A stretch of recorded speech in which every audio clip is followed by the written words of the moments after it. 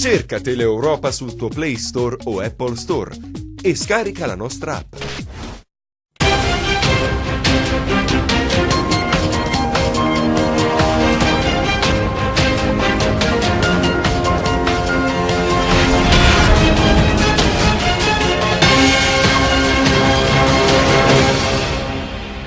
Buonasera e benvenuti a questa nuova edizione del nostro TG, ma partiamo con i titoli. Come da noi anticipato, oggi arriva in serata la bocciatura alla candidatura degli ecosistemi forestali della Sila per l'iscrizione nella lista del patrimonio mondiale come sito naturale. Il Consiglio direttivo ha deciso di soprassedere alla sua presentazione, fa sapere una nota del Dicastero, in quanto la candidatura ha ricevuto una valutazione negativa da parte dell'Unione Internazionale per la Conservazione della Natura, organo di valutazione del Comitato del Patrimonio Mondiale. Prima uscita ufficiale nella sede del partito a Lamezia Terme per il commissario del PD calabrese Stefano Graziano. La priorità, ha detto, sono le primarie del 3 marzo, poi penseremo al resto. La denuncia del garante per i diritti dell'infanzia regionale: neuropsichiatria infantile in Calabria non esiste, o meglio, sulla carta c'è a Crotone ma non funziona. Il territorio regionale da nord a sud è sempre più friabile, frane e strade dissestate in tutte le province, appelli e denunce. Mentre prosegue la protesta dei 250 dipendenti delle Terme Luigiane licenziati nel dicembre scorso, alla regione si discute sul da farsi, ma Ieta annuncia la stagione 2019 è salva. Minacce di morte ad un socio di Goel, proprietario di un ristorante nella Locride. All'uomo sono state inviate lettere e messaggi di morte con la richiesta di 50.000 euro. Arrivi e partenze nel calciomercato, sessione invernale mentre proseguono i campionati. Domani tocca al Crotone in B far visita al Foggia, mentre in Cina il turno infrasettimanale vince facile la Regina. Finisce pari il derby fra Vibonese e Catanzaro, ancora sconfitto il Rende, battuto in casa dal Monopoli. Buonasera dalla redazione di Teleeuropa Network e ben ritrovati a questa nuova edizione in diretta del nostro telegiornale. Lo avete visto dai titoli, come vi abbiamo anticipato oggi nel corso dei nostri TG è arrivata la bocciatura della Sila alla candidatura proprio dell'UNESCO, ma partiamo dal servizio trasmesso proprio oggi nel corso dei nostri telegiornali. La notizia è apparsa un po' in sordina su alcuni quotidiani del nord, ma se confermata per la Calabria sarebbe un duro colpo. Parliamo della candidatura del Parco Nazionale della Sila a sito UNESCO per il 2020, che, secondo indiscrezioni, verrà ritirata. A lanciare l'allarme Delli Fabiano, coordinatrice regionale dei Popolari per l'Italia Calabria, che sottolinea come la vicenda sia sconcertante e paradossale. Se fosse confermata la notizia, il ritiro della candidatura sarebbe un'altra occasione persa per la Calabria. Delli Fabiano spera che adesso ci sia una presa di coscienza dell'establishment calabrese che lotti per non perdere questa grande opportunità che potrebbe rappresentare un rilancio in termini di economia, di promozione, di turismo. E anche la senatrice dei 5 Stelle, Margherita Corrado, rilancia sulla vicenda e chiede che il Parco Nazionale della Sila e la Regione Calabria diano dei chiarimenti. La notizia è apparsa sull'edizione veneta del Corriere della Sera. Nell'articolo si legge che la Sila sarebbe per ritirare la candidatura a sito patrimonio dell'UNESCO, dando il via libera per il 2019-2020 rispettivamente al Prosecco e ai dipinti padovani di Giotto. Ma la notizia è vera o no? Dalla Regione e dall'ente parco al momento nessun commento, silenzio, non ci sono né smentite né conferme. Ma dopo il lavoro fatto negli anni scorsi, dopo i soldi investiti e le attese riposte nell'importante candidatura, i calabresi hanno o no il diritto di sapere come stanno le cose? Fin qui lo dicevamo, le nostre anticipazioni, poi in serata è arrivata la bocciatura alla candidatura degli ecosistemi forestali della Sila per l'iscrizione nella lista del patrimonio mondiale come sito naturale. Il Consiglio direttivo ha deciso proprio di soprassedere alla sua presentazione, fa sapere questa nota del Dicastero, in quanto la candidatura ha ricevuto già una valutazione negativa da parte dell'Unione Internazionale per la Conservazione della Natura. E poi è arrivata anche una nota del PD che presenta un'interrogazione parlamentare in merito. Sentiamo. Saranno le Alpi Marittime ad entrare come candidate nel patrimonio mondiale dell'umanità dell'UNESCO. La candidatura promossa al Ministero dell'Ambiente è stata confermata oggi dal Consiglio direttivo della Commissione Nazionale Italiana per l'UNESCO. La valutazione definitiva è attesa entro giugno, ma intanto trovano conferma le nostre anticipazioni, e cioè la bocciatura per quanto riguarda la candidatura degli ecosistemi forestali della Sila per l'iscrizione nella lista del patrimonio mondiale come sito naturale.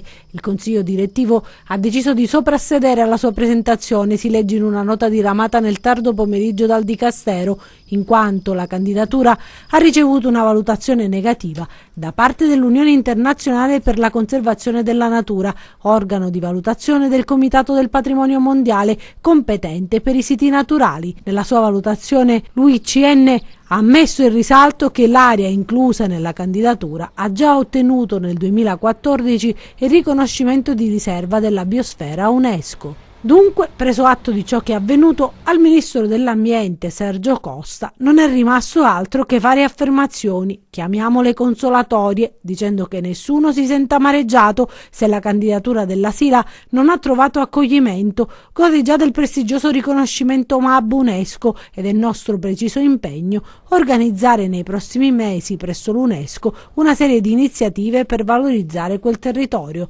Una sorta di contentino, se vogliamo, che ha fatto infuriare l'opposizione. Sentite cosa ha dichiarato in merito la deputata del PD, Enza Bruno Bossio. Già nel pomeriggio di oggi si era sparsa una notizia veicolata dalla senatrice Corrado del Movimento 5 Stelle che accusava la Regione di non volere più la candidatura del Parco della Sila all'UNESCO come patrimonio dell'umanità. Questa cosa è sembrata subito veramente una bufala, perché il Parco Nazionale della Sila, lo dice la parola stessa, dipende dal Ministero dell'Ambiente, non dalla Regione. Da ultimo, qualche settimana fa, il Ministro dell'Ambiente ha nominato un nuovo commissario contro il parere della Regione che voleva invece la permanenza della professoressa Ferrari. Dopodiché sono uscite altre notizie, alla fine sembra che questa candidatura abbia ricevuto il diniego dell'Unione Internazionale per la Conservazione della Natura, in quanto era già stata riconosciuta nel 2014 come riserva della biosfera. E subito il ministro Costa si è preoccupato di dire non c'è problema perché tanto saranno comunque valorizzati i territori. Io per questo ho deciso di fare un'interrogazione, perché il ministro deve rispondere di quello che vuole fare di questo parco dopo il grandissimo lavoro fatto appunto dalla Regione Calabria. E francamente che questa prima indiscrezione sia uscita proprio dal Corriere del Veneto, dove c'è Presidente della Regione un leghista, ci puzza un po'. Continuiamo a parlare di politica perché c'è stata oggi la prima uscita ufficiale nella sede del partito a Lamezia per il commissario del PD calabrese Stefano Graziano. La priorità, ha detto, sono le primarie del 3 marzo, poi penseremo a tutto il resto.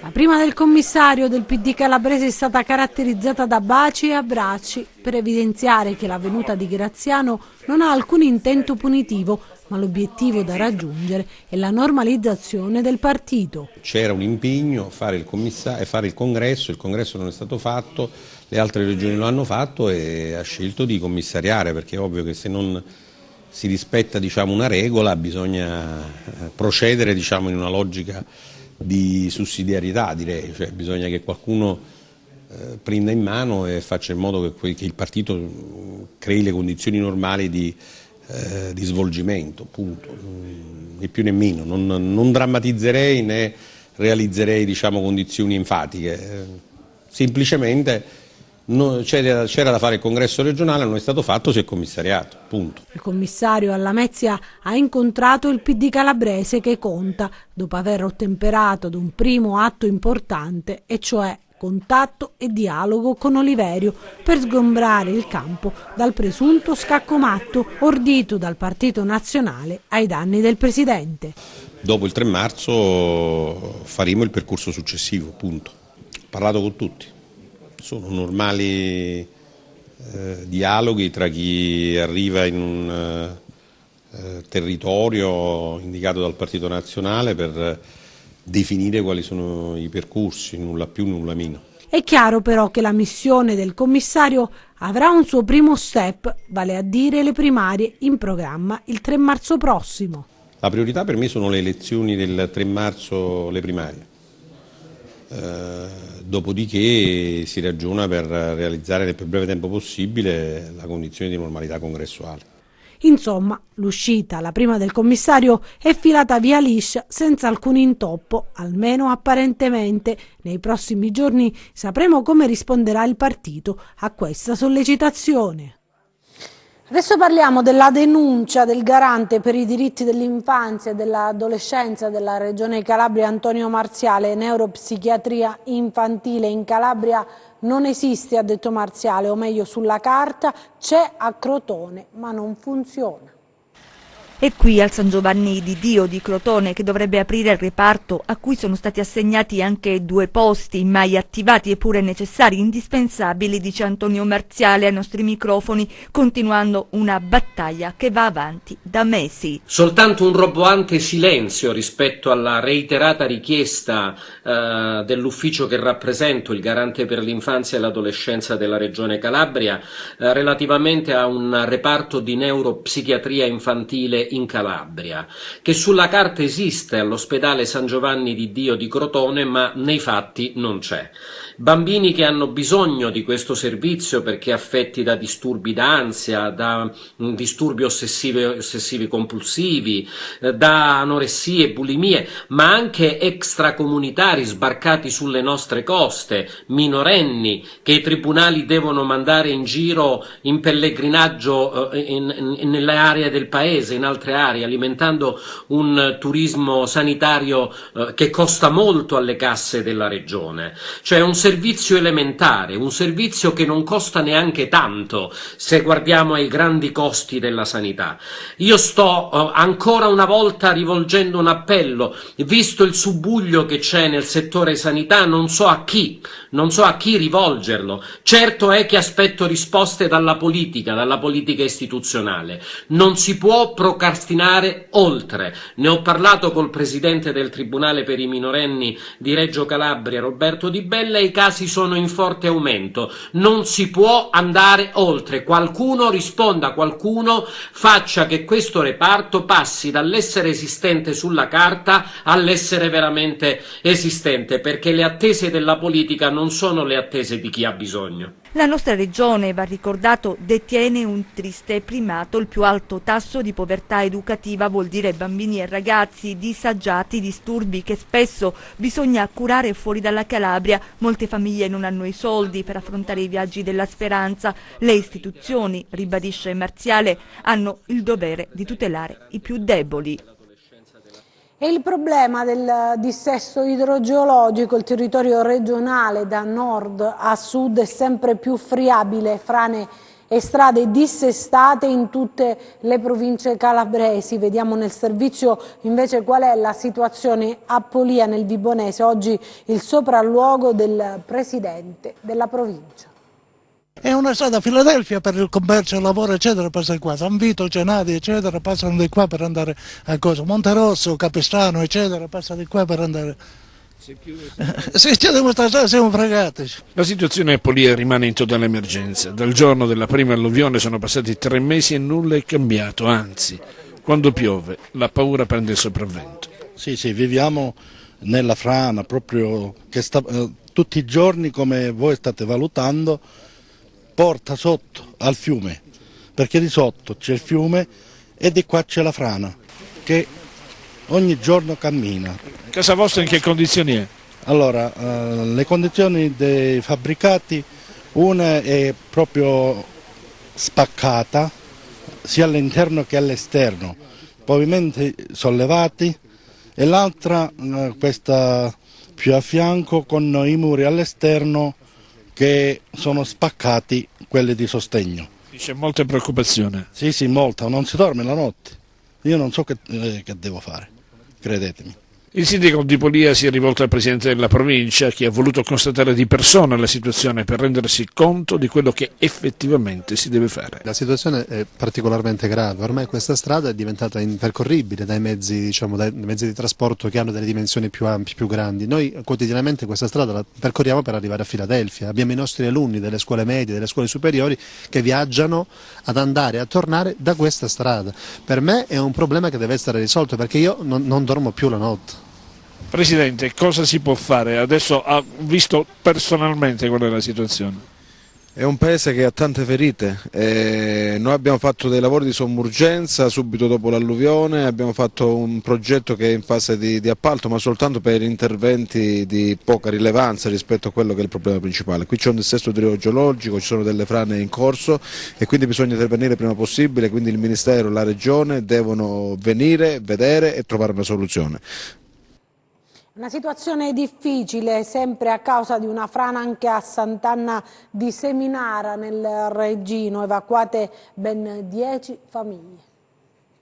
Non sanno se e quando potranno tornare nelle loro case. Le 10 famiglie sgomberate a causa di una frana che a Sant'Anna di Seminara nel Reggino ha rotto una conduttura del gas. In questa frazione, vedete, la situazione è davvero difficile.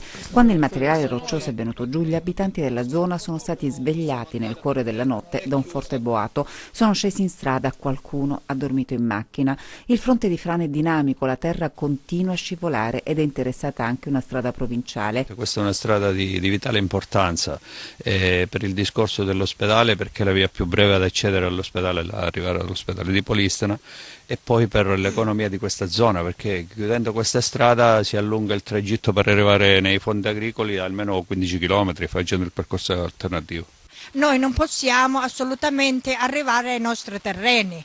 In questo momento siamo bloccati, solamente con l'elicottero si può passare. Chi vive in questa frazione ha paura, si sente abbandonato dallo Stato. Qua non è un discorso di adesso, diciamo, di questa frana, qua è da tanti anni che siamo messi così, però adesso giustamente siamo arrivati, come si dice, alla frutta, alla fine proprio. Qua si deve valutare anche la gravità del paese, perché tuttavia andando avanti così in questo passo si rischia che Sant'Anna resta isolata. Dicono che non ci sono soldi. Il movimento franoso viene costantemente monitorato, ma a rischio c'è anche l'intera economia della zona. L'economia agricola è importantissima, secondaria rispetto alla sicurezza e alla salvaguardia delle vite umane, cosa che l'amministrazione ha fatto nell'immediatezza mettendo in atto tutte quelle misure necessarie per eseguirla. Per quanto riguarda la zona franosa si tratta di circa 25 ettari, quindi è un fianco di una collina che si sta muovendo in una maniera impressionante verso la valle. Ci sono dei volontari che stanno monitorando costantemente la situazione e mi tengono aggiornato.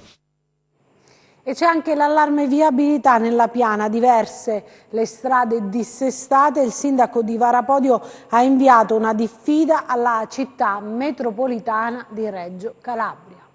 Sulla disastrata viabilità nella piana di Gioia Tauro, il sindaco di Varapodio, Orlando Fazzolari, passa ai fatti inviando una lettera di diffida alla città metropolitana in riferimento al grave pericolo che da 4 mesi incombe sulla SP29, nel tratto Varapodio-Taurianova, a causa di un cedimento di un muro di contenimento lungo l'arteria in questione. Nella diffida si fa riferimento anche alla situazione di altre strade in dissesto come la SP30. Gli interventi finora effettuati, spiega il primo cittadino, si sono limitati alla collocazione di segnaletica stradale di pericolo a carattere temporaneo, mentre nessun intervento è stato disposto per ovviare al muro crollato e alle buche presenti su entrambe le arterie. Il sindaco dà 7 giorni di tempo all'ente, in questo caso la città metropolitana, di adempiere alle riparazioni, passati i quali Fazzolari minaccia di passare all'azione. Farò proprie le prerogative, dice il primo cittadino, disponendo d'ufficio gli interventi lungo le sedi viarie ricadenti nel territorio di competenza fino alla totale rimozione dello stato di pericolo, addebitando alla città metropolitana, ente proprietario, le relative spese. Mentre prosegue adesso la protesta dei 250 dipendenti delle Terme Luigiane nel Cosentino licenziati nel dicembre scorso, alla Regione si discute sul da farsi, ma intanto Aieta annuncia la stagione 2019 e salva. Rosalba Baldino, sentiamo. Al momento l'unico fatto concreto nella vertenza delle Terme Luigiane è la perdita dei posti di lavoro, 250 persone che dal 1° gennaio non hanno più un'occupazione. Che la concessione sarebbe scaduta il 31 dicembre non era un mistero per nessuno. La legge regionale del 2015 ha assegnato dei compiti precisi a comuni e regione. La regione ha una posizione chiara, netta, che ha già espresso e rappresentato ai comuni, lo ha fatto con 2 distinte note, ha indicato ai comuni il percorso da seguire, cioè una proroga di 2 anni durante la quale i comuni dovranno perfezionare le procedure della concessione, quindi regolare il rapporto tra comune e regione, perché ricordo che le acque termali sono di proprietà ed è un bene indisponibile della Regione Calabria.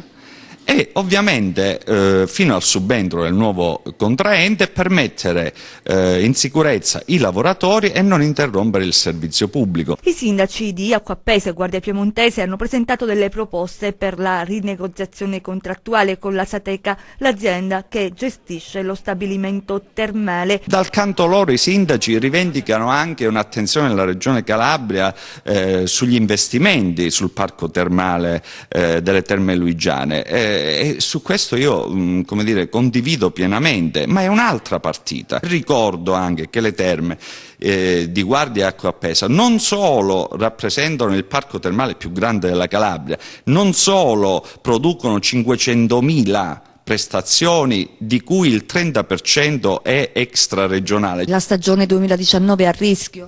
No, non è a rischio, non può essere a rischio, la Regione Calabria dovrà assumersi le proprie responsabilità. Io sono delegato dal Presidente a seguire la vertenza.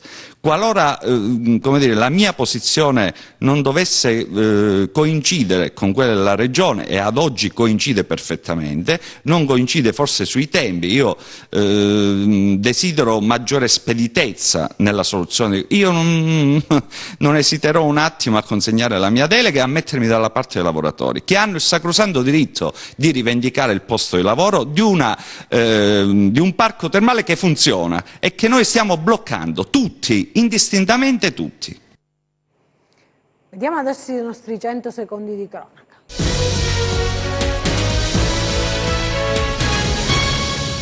Se non paghi 50.000 euro sei morto, ti brucio il ristorante, i figli e tutti i tuoi. E questa è la frase scritta in 4 lettere intimidatorie indirizzate ai familiari di Giuseppe Trimboli, ristoratore di Martone, comune della Locride, che conta 600 abitanti. Immediata la denuncia alle forze dell'ordine che ora stanno indagando sulla vicenda. Il consorzio Goella in una nota afferma, come sempre, non si farà certo intimidire da queste minacce di stampo mafioso ed esprime massima fiducia nel lavoro delle forze dell'ordine e della magistratura, con l'auspicio che gli autori dell'intimidazione vengano rapidamente individuati e puniti. Sequestrate dalla Guardia Costiera di Reggio Calabria 85 cassette in legno contenente novellame pronto per essere immesso nel mercato clandestino siciliano. Bloccate 2 persone alla guida di un furgone, entrambi residenti in provincia di Palermo, pronti per l'imbarco in Sicilia. Al termine delle attività sequestrati e distrutti 4 quintali di bianchetto illegali. Un incendio ha danneggiato un mezzo compattatore per la raccolta dei rifiuti nel comune di Cutro. Le fiamme sono state spente da 2 squadre dei vigili del fuoco del comando provinciale di Crotone, sul posto anche i carabinieri. Fondazione Field e il buco nero dei 600.000 euro scomparsi, chiesto il rinvio a giudizio per 8 persone accusate a vario titolo di peculato. L'udienza preliminare è fissata per il prossimo 26 marzo. Parliamo adesso di calcio, perché fra arrivi e partenze nel calciomercato sessione invernale proseguono anche i campionati. Domani toccherà in Serie B al Crotone far visita al Foggia, mentre il Cosenza giocherà in posticipo lunedì sera al Bentegodi di Verona, mentre in Serie C nel turno infrasettimanale vince facile la Reggina, invece finisce pari il derby fra Vibonese e Catanzaro, sconfitto solo il Rende in casa con il Monopoli. La Serie C è scesa in campo ieri sera e come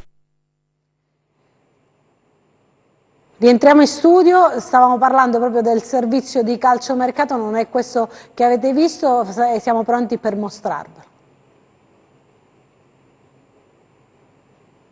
Un attimo solo.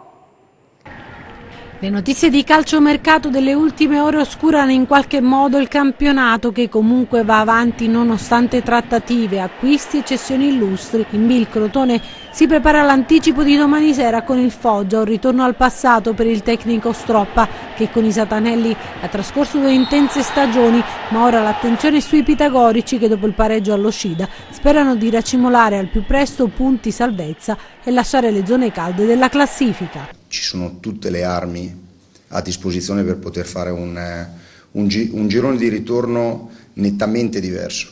Credo che peggio di così non si possa fare. I ragazzi oltretutto stanno bene sotto l'aspetto della mentalità, nel crederci, nel voler tentare qualcosa che in questo momento sembrerebbe impossibile, difficile perlomeno. Dopo l'arrivo del croato Tomislav Gomelt, il centrocampista che approda dalla Dinamo Bucarest, arriva la conferma ufficiale per lo scambio di prestiti fra Carpi e Crotone. Zinedine Mashash e Giovanni Crociata, stesso percorso ma a direzioni invertite. Mashash, giocatore molto duttile, può agire da centrocampista, trequartista o attaccante. Acquistato nel gennaio 2018 dal Napoli, ha giocato la prima parte di questa stagione al Carpi in prestito, mettendo in mostra le sue qualità. Percorso inverso per Giovanni Crociata, il centrocampista classe 97 si trasferisce a Carpi a titolo temporaneo fino al termine della stagione. Dopo l'addio di Baclay, il Cosenza si tuffa sul mercato, complice il posticipo di lunedì sera al Bentegodi di Verona. Sembra fatta per l'accordo col Palermo per l'arrivo in prestito con diritto di riscatto dell'attaccante guinese Carlos Sembalo, classe 94, ex Brescia e Lecce, così come calda la pista che porta a Vitale Damascan, classe 99. Il calciatore del Torino dovrebbe trasferirsi in prestito fino a fine stagione nel club calabrese per maturare e crescere in un contesto più competitivo rispetto alla primavera del Torino. In Serie C finisce a reti bianche il derby nel turno infrasettimanale fra Vibonese e Catanzaro, mentre la regina del patron Luca Gallo viaggia a vele spianate con la vittoria al Granillo sotto lo sguardo del nuovo arrivo Baclay per 3-1 sulla Viterbese. Male solo il Rennes, che sembra aver perso lo smalto iniziale, sconfitto ancora a Lorenson, questa volta dal Monopoli, ma intanto si regala le prestazioni del centrocampista Tommaso Brignoli, classe 99, che arriva dall'Inter, proprietaria del cartellino a titolo temporaneo fino al 30 giugno 2019 con diritto di opzione e controopzione. Il giovane centrocampista ha vestito nella prima parte della stagione la maglia del Monza. Dopo aver giocato nell'Under 19 dell'Inter, Brignoli sarà a disposizione di Modesto per la gara di domenica contro il Catania. E prima di mostrarvi le previsioni del tempo facciamo un piccolo passo indietro, parliamo di cronaca, perché sono state tutte condannate le maestre, le 6 maestre dell'asilo comunale di Mileto imputate di maltrattamenti aggravati ai danni di un bambino. La sentenza è stata emessa proprio nel pomeriggio di oggi nel tribunale di Vibo Valentia in composizione monocratica. I fatti contestati alle maestre risalgono al 2011, quando il bambino maltrattato aveva 5 anni. Le condanne sono state disposte dal giudice e sono state più alte rispetto alle richieste della pubblica accusa. 4 delle maestre sono state condannate a 3 anni e 6 mesi di reclusione. A 3 anni invece sono state condannate altre 2 delle 6 maestre. L'accusa nei confronti di tutte e 6 si basava anche su alcune immagini riprese proprio dalle telecamere installate dai carabinieri all'interno dell'asilo. Soddisfazione è stata espressa proprio dall'avvocato di parte civile nel processo per conto dei genitori del bambino, vittima appunto di presunti maltrattamenti. Adesso siamo in grado di farvi vedere le previsioni del tempo.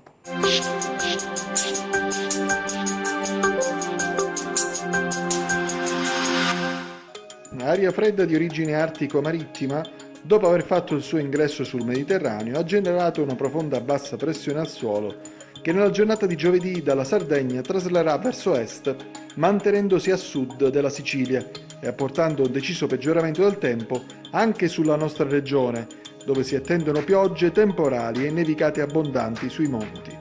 Domani cielo parzialmente nuvoloso ovunque con nuvolosità più compatta su Cosentino Ionico, Crotonese e area dello Stretto. Su queste zone probabili precipitazioni sparse, nevose oltre gli 800 mm durante la giornata. Possibili fugaci sconfinamenti delle precipitazioni anche sulla Valle del Crati, ove la quota neve sarà anche qui intorno ai 900 metri. Altrove gli eventuali fenomeni saranno poco significativi. Temperatura in diminuzione nei valori minimi. Passiamo ora al comportamento di mari e venti. Domani venti dai quadranti settentrionali di intensità tra da moderata e forte, con mari molto mossi. Agitato il settore crotonese. Prima di salutarci vi ricordo il nostro sito web www.meteoincalabria.it e la nostra pagina Facebook Meteo in Calabria.